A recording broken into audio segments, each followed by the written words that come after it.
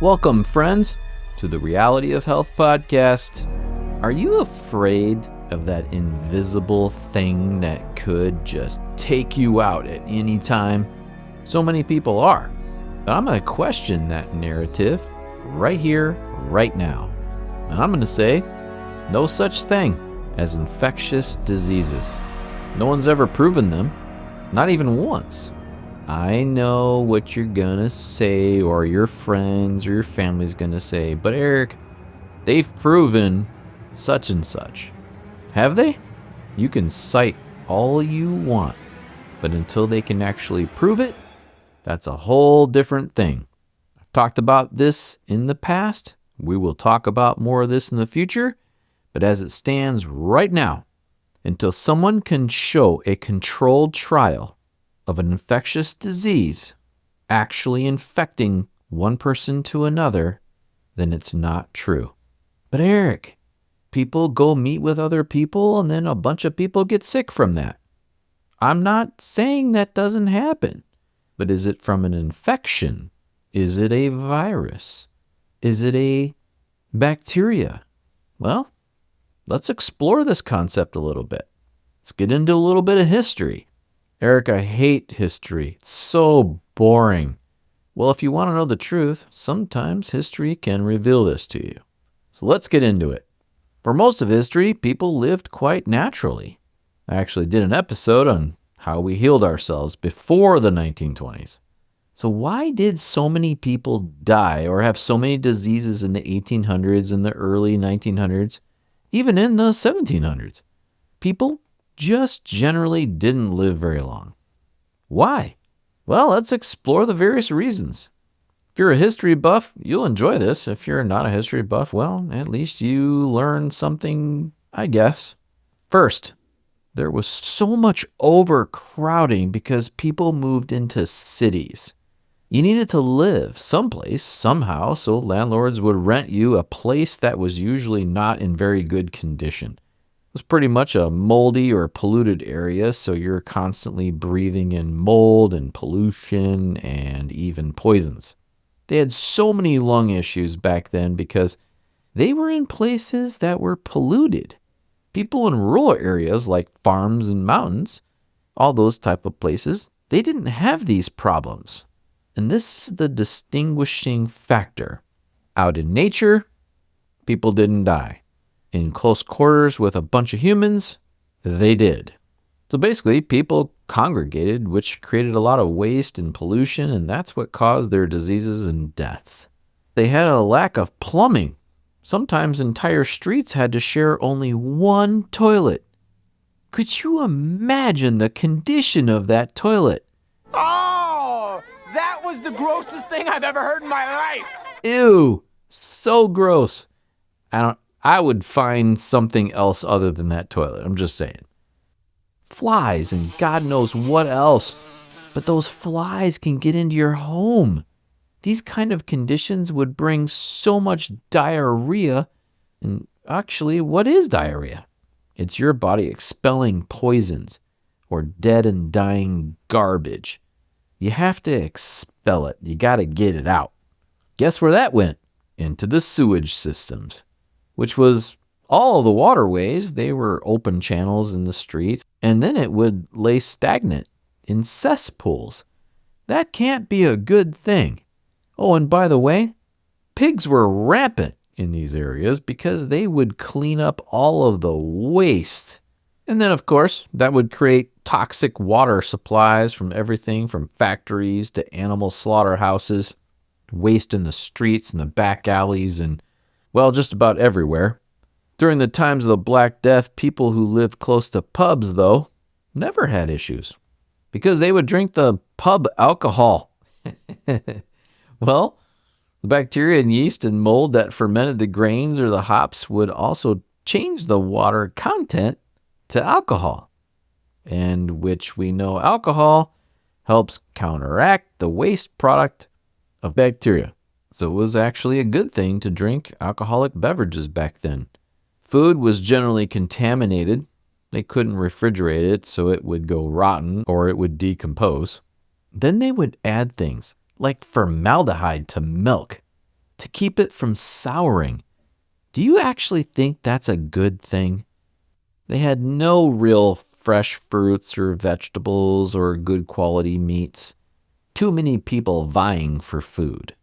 And they couldn't afford it. Because of all of this, they lost a lot of mothers. Doctors would be working with all these chemicals and poisons from cadavers.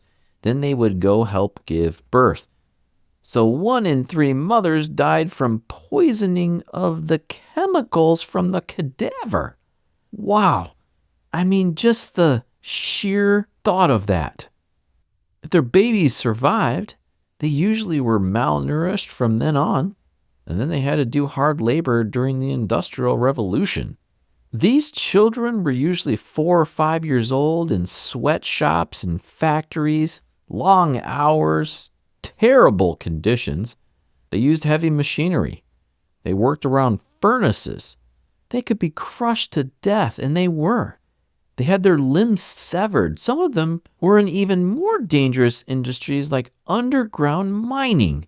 And then we worry, well, my kid's doing laundry. Is this child labor? No, it's not.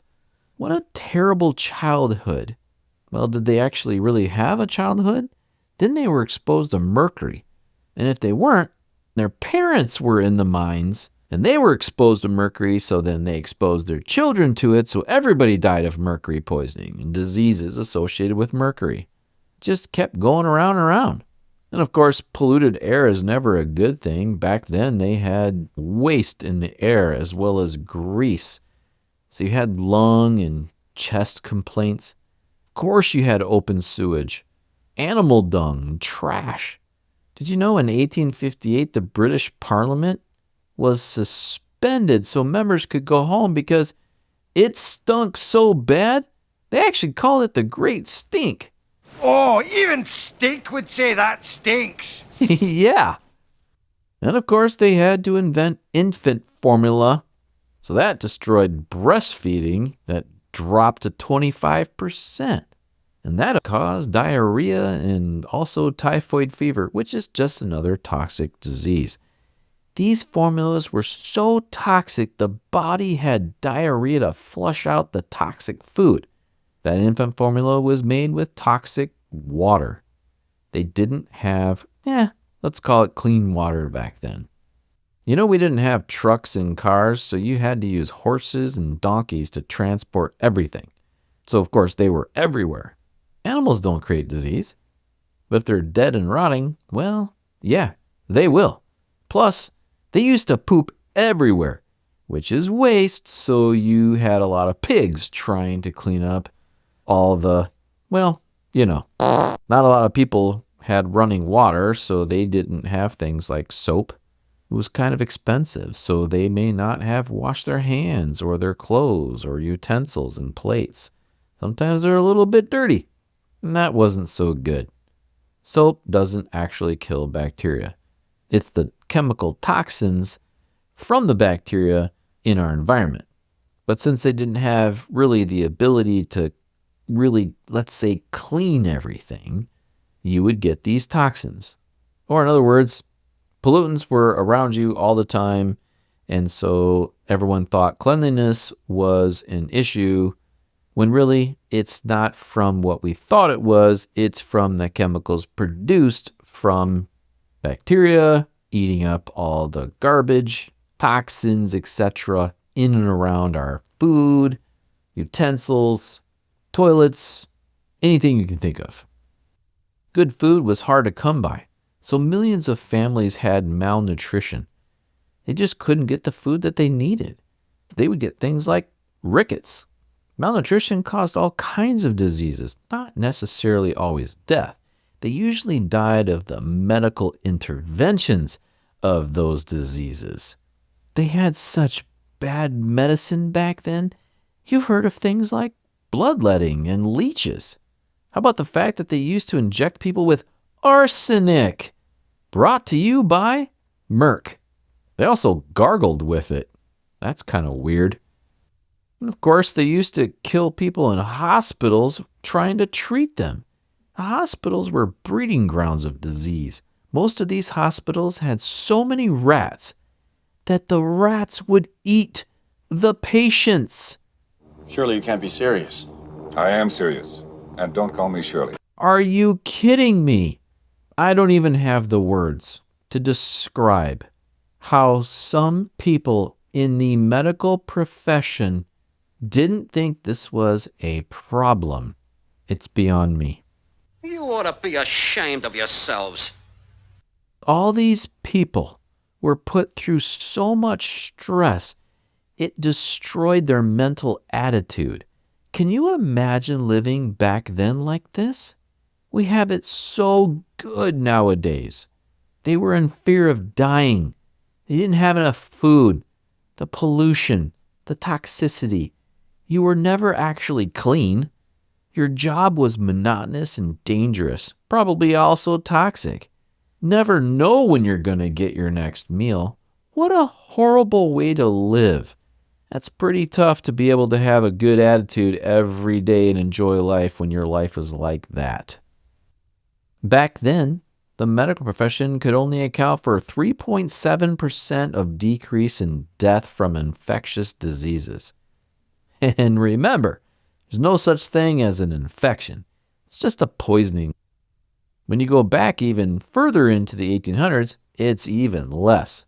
The people you should think instead of doctors and researchers are plumbers who put toilets in your house, and cars, and the people who design and make refrigerators, and plant workers that made clean water, or so to speak, clean.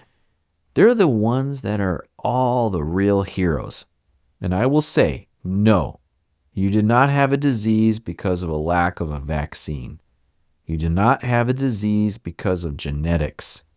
Stop blaming your parents and your family or bad luck.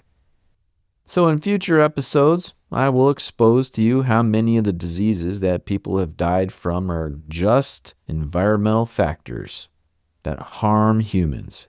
So do not fear invisible, unproven viruses and so-called bad bacteria as the cause of your illness. It can be proven that there are factors outside of an invisible microscopic organism out to get you.